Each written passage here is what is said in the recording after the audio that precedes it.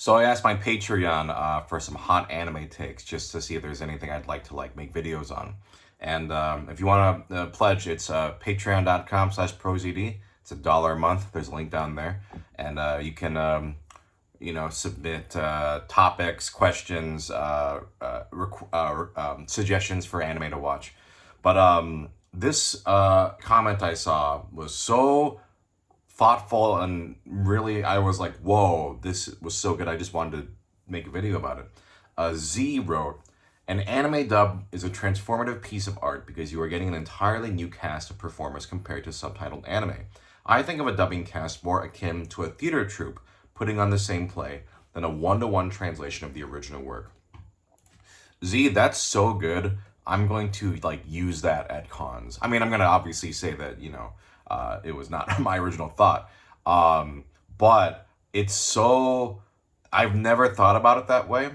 And listen, I'm biased because I work in anime dubs, but that truly is how I approach dubbing as an actor.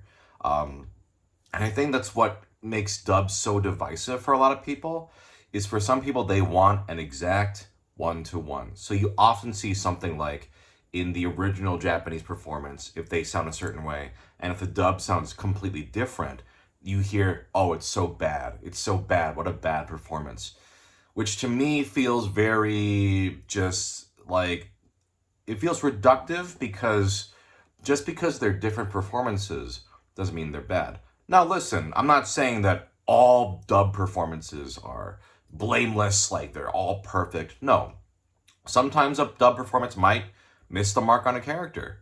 That's not necessarily what I'm saying. I think the best comparison I can make is I watched the musical Hadestown for the first time last year, and I loved it. I was so blown away by it. But something that was interesting for me, as someone who had never seen or listened to any version of Hadestown prior, was the Hades that we saw, the actor playing him, was this really big, imposing, super deep voiced, had a beautiful singing voice. And I was just blown away by him. But then I looked at the original cast recording, and it's a very gravelly old man. And I was like, oh, that's really interesting. It's completely different performances. And so what I think happens with a lot of people is they hear one version first, and then when they hear the other version, they go, oh, no, I just love the one I heard first. And who's to say with Hadestown, if I had, listened to if I was a big fan of the original, cast recording, maybe when I heard this new guy, I'd be like, whoa, what? I like to think I would be just as, enamored with that performance as I was just hearing it for the first time. But who's to say, right? I think that's something that happens with, something like Dragon Ball, for example, where in Dragon Ball Z, Goku sounds like a kid still, or at least sounds young when he's an adult. Whereas, because, Masako Nozawa plays, and she's, an actress. Whereas in English, it's an adult man voice when he becomes an adult. That can be, I think, jarring for people. But I don't know. For me, the whole sort of fun of an anime dub is to hear how certain lines are adapted for different languages. I think that's actually really interesting. I think you can see some really creative, workarounds, or just, I mean, a lot of anime localizing is just making them fit the flaps. And sometimes it's just an art form of whoa, not only did they manage to make the line fit the flaps, even though there was so much to convey, they did it in a way that sounds, to me, elegant and natural, which I think is not easy to do. So, not to go on this huge whole tangent about it, but I don't know. I'm biased, but I think anime dubs are really interesting. I hope if you're someone who goes, oh, I can't watch dubs, I hate dubs, just give one a chance. I think, instead of approaching them as they have to be a one-to-one to, what you heard in the Japanese, think of them, like Z said, as it's a different group of actors and writers and directors taking the same material and doing it their own way.